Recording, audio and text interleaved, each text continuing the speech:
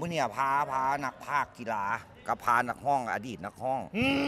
มาเตะครับเดี๋ยวมาเตะนักห้องรุ่นใหม่ดีการที่ถูกต้องสำหรับคนที่สายตาสั้นของโกซุนนาไอ้นี่ต้องแบบนี้เลยยายมันตาแตกด้วยเนาะโอ้ยมีแตกอันนี้คิดเอกาดาวิดนี่นะเห็นกองหน้าไอ้เราบอกนี่ไอ้เจิมให้ก้อนรถนี่เห็นบ่ถามมันก็มันพอใจผมเป็นนักเตะความดันสูงโมเมนต์ดันไม่ได้ดันอยู่นี่ดันอยู่นี่อุ้ยเกี่ยไอ้หากูเคยเห็นเด้อว่าตัวใส่เสื้ออยู่ที่เราตัวรอขนาดเด้อแม่นะไม่เห็นเสื้อเตะบานนี่ก็เสื้อจังสิต้องใส่ไปโด่งได้เลย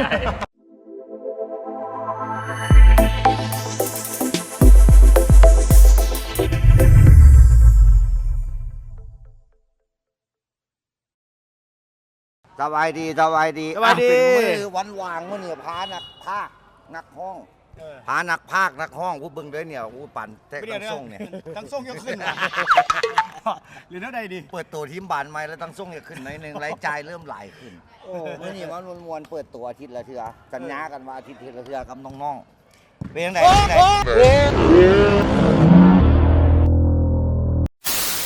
โอ้โหไปได้ห้อยพระดีเนาะผ่านรอดมวนกับน้องๆเปิดตัวทีมบานใหม่ครับศิลปินพานักภาคกีฬากับพานักห้องอดีตนักห้องมาเตะครับ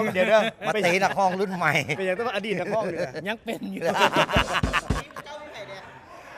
นี่มันกับเจ้าบ่ได้มีคู่ต่อสู้อย่างไรเหลียวเบิ่งเดซักง่วงนี่เห็นได้ผู้เดียวแหละตอนนี้ง่วงเห็นได้ตู้ไม่อย่างตู้ฮีโน่หวะรถตู้เป็นโสดก็มีตู้มีสุพนามีกูดมีทีเจมยูโนเอาง่ายๆนะแล้วห้องรุ่นใหญ่กับห้องรุ่นเก่ารุ่นใหญ่กับรุ่นน้อยเนาะรุ่นใหญ่กับรุ่นน้อยตอนนี้สกอร์นี่เสมอกันอยู่4-2เด้อฝากเบื้องอาวุโสเสมอมันได้มึงขึ้นแต่มันเสมอแล้วกันแล้วเอาบวกกันหาร2สิบวกกันหาร2เดี๋ยวไอ้แก้วจะลงแล้วหรอลงแล้วโอ้ยิงลูกหนึ่งก็ได้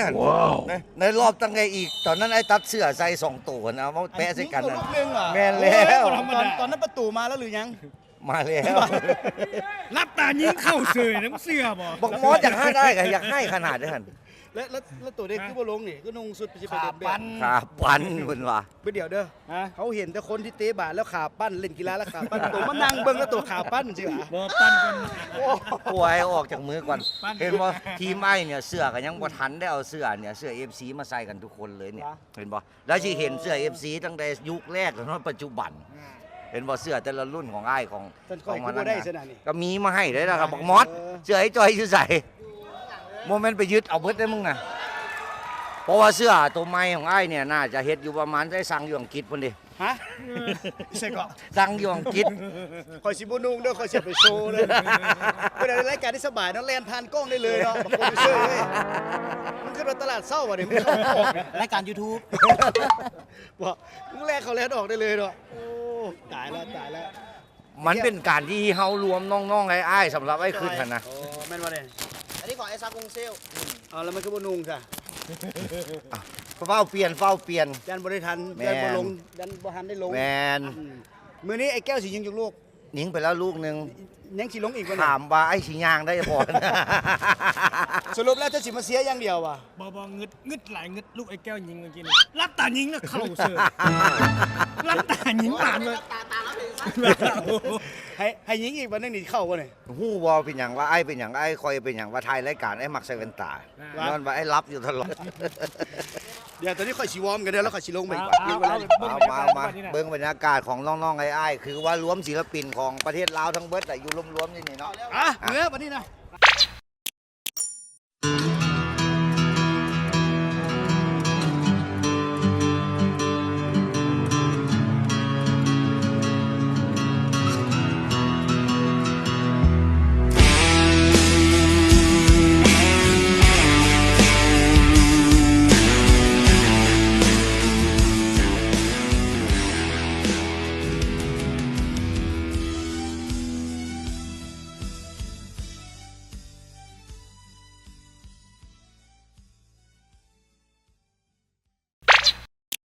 ศูนย์หน้าไอ้เราบอกไอ้จะบอกให้ว่าศูนย์หน้าไอ้เป็นยังไงนี่ โอ้แม เห็น น เหรอ โอ้ นี่ไอ้ต้องเจอมาอีกด้วยนี่ศูนย์หน้าไอ้นี่นะวิธีการที่ถูกต้องสำหรับคนที่สายตาสั้นของศูนย์หน้าไอ้นี่ต้องแบบนี้เลย ยายมันตาแตกด้วยเนาะ โอ้ยมีแตกอันนี้ เอาคลิปเอกาดาวิดด้วยนี่นะถามมันก็มันพอใจเพราะมันคือ โอ้ ลูกหลาน โหพอใจจังเด็ดแล้วนี่มึงเน็บหัวสิเด้อนี่เฮ้เสื้อไอ้นี่เห็นบ่เห็นบ่ เอกาดาวิด วิธีการที่จะถูกต้องของศูนย์หน้าของห้านได้ต้องเฮ็ดแบบนี้ได้เป็นยังไงน้อง สบายดี สภาพมันเป็นนักเตะความดันสูงโมเมนต์ดันนี่เดินนี่ดันอยู่ในเลือดนี่ ความดันขึ้นแล้วมันแรงนะมันออกก่อน เจ๊มาวิโอ้กูมาหลายเกิดคนนี้ เลือดมันไม่งามเลยเนาะ อันเนี้ยเขาสัญญากับนายน้องเขาเนี่ยเราวางไผ่มีเวลาว่างเนี่ยพวกเขาจะจัดกิจกรรมแบบเนี้ยอาทิตย์ละ1 ครั้ง เจ้า เนาะ เห็นดิ ถือว่าได้มามวนกับแต่ละมื้อเนี่ยมื้อนี้มีเจ้าภาพได้เลยต้นหั่นต้นตาลว่าเป็นสปอนเซอร์รักมาตั้งแต่ นะครับวันสิพิกบูกับสิไป สอนผู้สาวไปแล้ววะ อุ้ยเกียไอ้หาก็เคยเห็นเด้อว่าตู่ใส่เสื้อตัวนี้เราตู่รอขนาดเด้อ แม่นะเราเห็นอันนี้มันเป็นเสื้อเตะบานนี่เสื้อจังซี่ต้องใส่ไปโด่งได้เลย เสื้อ โซซ่า นี่ ใส่เสื้อขาดๆนะ เสื้อนี่เสื้อทีมไอ้มันยังสั่งอยู่เมืองนอกอยู่ยังบ่แล้วเถื่อก็เลยว่า เกิดก็ต้องเกิดไปหื้ออีแตะ มึงหุ่นนักกีฬาทีมไอ้ก่อนเนี่ยนะ เอาแท้เด้อ กูก็ออกอยู่คนเดียว อันแต่งตัวรอออกเพื่อนเมียบ่ให้ออก เออ เขาต้องเฮ็ดคือแบบบ่มีหยังเนี่ยไปสิ คือ นะ บ่ได้ไปล่อไผ่เนาะ แม่น สิได้เฮียนแนวไว้ก่อนจะได้ หมอ พุ่มแล้วเหรอ มึงผิดแต่หน้าตามึงรอ ไป แล้ว แล้ว คนก็ไอ้กับไปเจี้ยนี่ออกมาเนี้ยบ่ห่วง เป็นยังไง โอ้ยแล้วที่กองหน้านะ โซลูกไหนรับตายิงเลยได้ไอ้พยายามก็ให้ถือเจ้าหันนะเป็นยังไงลูกไหน กองน้ำบูทับเต็มที่แล้วแต่ว่าให้เกียรติไอ้แก้วว่าไอ้แก้วยิ่งเขาซ้ำจะขึ้นไง เกินหรอ ต้องสองให้เกียรติได้นี่ลูกเดี๋ยวเพราะเป็นประวัติศาสตร์นี่สบายดี สวัสดีครับ เป็นอย่างคือออกละ โอ้เมื่อยเราเปลี่ยนเป็นคนอื่น เตะได้จากกะที เกือบ2 ตังค์เลย สองตั้งเดี๋ยวมือกล้องบานดื้อกันแล้วอาเบย์ได้มื้อนี้ความรู้สึกดีได้มาเตะกับทีมฮันแก้วสีไข่ไปดิ โอ้รู้สึกดีไอ้ผมคิดว่าเพิ่นสิส่วนมาเตะน เพราะว่าจะได้การสมมุติว่ามีแพ้มีชนะมีเสียนี่ต้องได้แก้กันได้โอเคบอกพร้อมบอกเจ้าหน่อยปกติเตะอยู่เดิน ำห้องขาด ของข้าเดี๋ยวนาเขาไปยามอยู่หันเนาะ โดย เอาสิเขาคิดว่าทีมเขานี่ผู้ใดเตะรู้สึกว่าเตะดีกว่าหมูแล้วก็เตะอ่อนกว่าหมูเอา เตะดีก็มุ่งว่าคือสิเป็นไอเล่ เดี๋ยวเขามีภาพให้เราผู้ใดแต่คันชื่อว่าเตะเอาบ่ได้เลยเดี๋ยวนี้เอาเว้าขวัญ โอ้อันโอ้อย่าใส่ เว้าขวัญเจ้าบ่ได้ยินกับเจ้าบ่เห็นอันไอโซซะ เลี้ยงเขาอีกแล้วโอเคเนาะขอบใจหลายๆเด้อขอบใจสบายดีนักเตะเซียรินยี่ ได้ดี อันเขามีคำถามหนึ่งคำถาม นั่นน่ะ กับเจ้าเตะสิเบิดตังค์หนึ่งแล้ว ตัวเคยมีลูกบ่ ขอโทษได้ ท่านตัวเคยมีลูกแล้วตัวสิเข้าใจ สรุปนี่เตะทีมไหนมื้อนี้ อันเตะทีมเสื้อด เตะทีมเสื้อดำเป็นทีม ำทีมนักเลง ดีกว่าบ่แม่นเจ้าเด็กก็ต้องเข้าใจผิดแหละ อ๋อนักเลงอันเชียนท่าเด้ แต่ เขา ว่า ห้องวะบ่คันแม่นอันใดเก่งๆนี่เขาห้องนักเลงเบิดแถวบ้านได้นะ นักเลงไพ่ เออ แถวบ้านว่ะ แมน นักเลงอย่างอีก นักเลงกระจอกขันกระจอกหลายๆเขาก็ห้องเป็นนักเลงเอ้าอันขนาดคนกระจอกก็ยังเป็นนักเลงใครเป็นเสียนพระนี่แถวอันบ้านอ้ายก็ห้องว่านักเลงพระแต่ว่าไม่ได้ถามตำแหน่งที่เตะวันนี้เตะตำแหน่งไหน โอ้กองหน้าแหละ หน้าตำแหน่งของไอ้แก้วได้นี่ อุ้ยเดี๋ยวสิมาเตะสอนให้ไอ้แก้วฮู้ว่านักเลงกองหน้าอันเป็นจังได ฝากถึงทีมฝากได้เนี่ยทีมโสภณาเนี่ย โอ้ยอันเคยถล่มมาหลายแล้วว่าต้องฟังอย่างเขาฮู้จักอ้ายดีเลยทีมนั่นน่ะอย่างเขาฮู้จักอ้ายดีเขาเห็นหน้าไอ้เจี้ยนี่เขาให้กึกๆแล้วแหละ อันนี้มันคำเว้าเขาเอื้นว่าคำคมขู่เจ้าถ่าเบิ่งบัตรเราเตะแท้ๆเด้อท่านผู้ชม เข้ายังบ่ย่อยเว้ย เข้าใจไอ้เจี้ยเข้าใจหลายๆเข้าใจเลยฮัลโหลสบายดีสบายดีเป็นยังไงเนาะ อยากถลอกหน่อยหนึงใส่งานหลาย อันนี้แมนบิ๊กใหญ่ซึ่งว่าเป็น ยูทูบเบอร์ ยูทูบเบอร์เป็นยังไงแดนนัดนี้ รู้สึกว่าทีมเฮาเนี่ยก็ได้ลินดีหลาย แต่ว่ายังขาดกองเชียร์เพราะว่ามันบ่มีสาว ไอ้ตู้ฮีโร่เป็นอะไร ๆไอ้ตู้ฮีโร่ก็ยังสไตล์เก่าเนาะยังตัวเด็กน้อยคือเก่า พวกแม่งโคตรเตะ เอาบ่แม่นบ่ เล่นตีบาน ไอ้ตู้ก็ลิ้นดีอยู่ตามสไตล์แล้วนั่นแหละหลอกล่อไปล่อมาแล้วก็พาเขาบรรพัก เดี๋ยวสิอ่อนบ่ได้นะอ่ะว่าดึงเตะมื้อนี้เตะกับไอ้แก้วฮู้สึกได้เด้อ โอ้รู้สึกแบบดีใจหลายเนาะที่ได้มีโอกาสได้มาเตะกับไอ้แก้วตอนนี้ก็กำลัง6-7เนาะ 6 ต่อ 7ทีมข่อย7 โอ้ยอีกจังหน่อยอีกจังหน่อยก็นำเนาะอีกหน่อยทีมข่อยก็นำ บ่หรือว่าพอละ น่าจะพอละเมื่อยแหละเพราะว่าเก็บแห้งไว้มือแรงมีนัด ไปเฮ็ดหยัง อ่า ตีสนุก ตีสนุก แต่สนุกโอเคนอนจังหน่อยสิอ่อนบ่ได้คันยาวกว่านี้โอเคขอบใจพี่ใหญ่ขอบใจหลายๆโอ้ยบ่ห้องเพลงกับเตะบานเก่งเนาะทั้งห้องเพลงเก่งทั้งเตะบานเก่งสบายดีอ่ะสบายดีครับ FC ของไอ้แก้วสีไข่แดงผมมาซื้อได้มาเตะบานกับไอ้แก้วสีไข่มื้อนี้ ก็ม่วน ม่วน ม่วนแต่ทีมเจ้าตึงหลาย แต่ว่าเสื้อเจ้างามเนาะจะมักแมนยูอ่ะ เลย ถือว่าเป็นคนที่มีรสนิยมดี ผู้ใดที่เซียแมนยูเป็นคนที่เบิ่งแต่หน้าตาไหมเห็นบ่ผิวพรรณออร่าว้าวบ่ได้ย่องเพื่อไผได้ย่องเพื่อตัวเองล้วนๆเดี๋ยวนี้อ่ะเว้าเรื่องฟอร์มตัวเองคิดว่าพอใจบ่มื้อนี้ ยังบ่ได้เลยลง เอาบ่ลงจะได้เหงื่อจนออกล่ะ ลงในตั้งเดียวบ่น่าออกมาเลยบ่มีในปีโอ้ยบานมาก คิดว่าสกอร์มื้อนี้จะออกมาเป็นเท่าใด ก็สูสีอยู่แต่น่าจะชนะวะ น่าจะชนะ เลย เดี๋ยวเราเป็นเท่าใดเราคือไผเราคือเขาเรียกคือเขาเรียกที่เป็นตามประเทศพุ่นได้บ่ คือกับอหยังวะ DKR DKR แล้ว เจ้านี่แมนยูอย่างเดียวเลยเนาะเจ้าบ่ไปพูดแล้วคิดว่าตัวเองเต้คือไผในแมนยูตอนนี้เอ้า น่าจะโดปะ ฮะ โด โดสิง่ายเลยได้ เขาตกข้าว ตัวข่าวอ่ะโอเคขอบใจหลายๆขอบใจหลายไปเดี๋ยวเข้าไปเบิ่งภาพบรรยากาศการเตะบาสกันต่อไป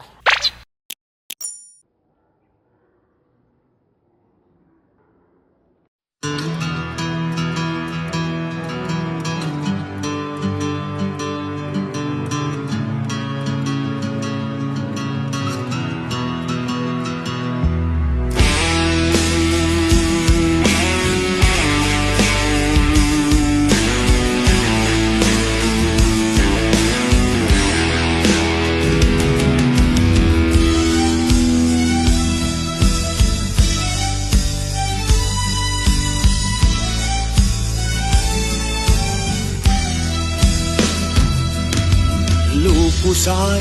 ใจดังเสือยืนอยู่บนเส้นทางศรัทธาและความเสื่อกว่าจะมีวันนี้สร้างตัวเองขึ้นมาจากสมองแห่งงานและหยาดเหงื่อทุกอย่างมันอยู่ที่ใจเอาตัวเองเอาไว้อุปสรรคใดๆผ่านมาบ่เคยหวันผ่านมาเป็นห้อยพันหล่อล้อมจนใจนั้นหมดสิ้นความยานกลัวเกิดจากใจยิ่งใหญ่ด้วยศรัทธาขอประกาศให้โลกรู้ว่าข้าจะเสด็จสู่วงการพระลาวยอยกไว้อยู่เหนือหัวสาธุเด้อ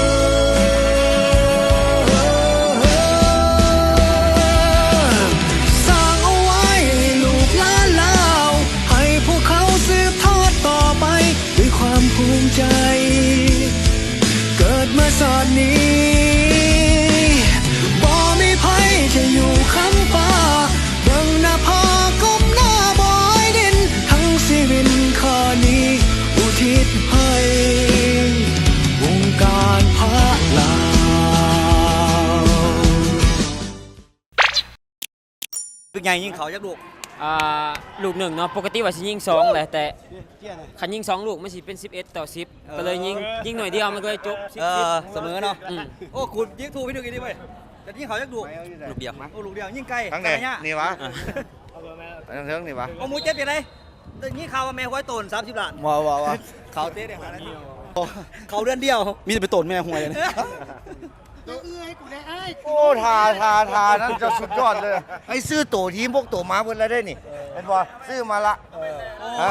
เพราะว่าเดี๋ยวจังไง ไอ้เจี๊ยเรามาเตะกินของเขา บ่ได้แล้วได้นี่ ได้เจี๊ย อ่ะ ยินดีไหมยินดีไหม อ๋อโอเค แล้ว โอเค มาอยู่นี่ละแล้วความรู้สึกตอนเนี้ยของน้องๆแต่ละคนต่อไปเนี่ยไอ้จะให้ว่าอาทิตย์หนึงหรือว่าอยังน้อยบ่ให้เกิน2 อาทิตย์ถ้าเฮามวนๆกันไอ้น้องเนา ได้ อาจจะเป็นเดินของประจำของพวกตู่คงค่าเอาสะดวกเดินใดก็ไปเดินนั่นล่ะ ได้ แต่ว่า โอเค ตอนนี้ไอ้ซื้อเนี่ยไอ้ซื้อกองหน้าตัวมาแล้วได้นี่ โอ้โหยังเอาไปโลก เพราะว่าหุ่นอาจจะเป็นจังซี่ทางไอ้แล้วดิ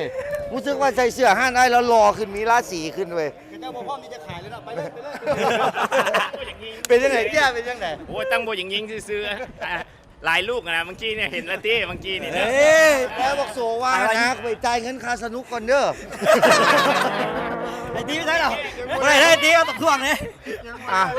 ถือว่ามื้อนี้เป็นเรื่องของการกระชับมิตรกันเนาะ ถึงเขาสิบ่ได้ยิงกลใหญ่แต่เขาก็ยิงกลหน่อยเขาเนาะ ดึงโหดให้แล้วเนี่ยเห็นว่านี่โหดให้แล้วนี่ ตั้งส่งมันจะขึ้นแล้วดิ ดังส่งสิขึ้นแล้วนี่ มันหันใจปลาอยู่นะ ออกมาปุ๊บใส่ยาดมรถ เป็นยังไงลูกไอ้หญิงเป็นยังไงรับตาหญิงลูกมัน โอ้ลูกนั้นไอ้แก้วเอาฝ่าลบไปยิงเขาซะต้องปล่อยว่ะต้องปล่อยให้แก้ว อันเนี้ยตูฮีโน่เป็นยังไงตูฮีโน่ มื้อนี้ถือว่าเจอทีมแข่งอยู่ปกติเขาซ้อมมันเองทีมนอนมื้อนี้ก็ถือว่าซูซีเสมอกันเยาที่หน้าแก้ตัวใหม่ตัวทีมไหนกันแท้ดิออสตาเลยทีมไหนดิทั้งสองก็ว่าเห็นไปว่าทุกทีมออสตา หรือว่าขั้นพวกศิลปินอยุ่งกันทั้งที่ถือว่าแซวเห็นบ่เฮ้ยค่ายเขาตั้งซื้อค่ายแซวเลยบ่ แต่เพลงเราก็อย่างนี้ซักเซลแล้วนี่นะ เนาะ ดีๆเดี๋ยวเขาชิบจื้อ เอาว่ามื้อเนี่ยความมวลความมันความหากระชับมิตรไอ้น้องระหวางศิลปินรุ่นเก่ากับรุ่นใหม่ หรือว่าอันน่ะพวกกันนะเป็นอย่างเขาห้องว่าใกล้สิพ้นระวางแล้วล่ะ อันนี้ศิลปินรุ่นเก่าอันนี้ศิลปินรุ่นเก่าโอ้นี่ศิลปินรุ่นใหม่ เมื่อคืนอยู่กับไอ้เด็กหลายแล้วพอดีเนี่ยเบิ้งขาเนี่ยไอ้งงแล้วกองหน้าทีมไอ้บอกว่าไอ้คุณต้องเล่นขาทุกมือได้เบิ้งขานี่นะ เอ้ยตีเขาไม่ลงว่ะโอ้ปั้นแล้ว เฮ็ดอย่างมานี่ ต้องใส่ธนัดจะตีนุกไปครับตีนุกเขา งานรอตัวสนุก อ้าวโอเค แล้วก่อนเดือนเนี่ยฝากติดตามช่อง YouTube ของไอ้แดกแก้วสีไข่และ TikTok ละคลิปหน้าเจอกันเข้าใจ บ๊ายบาย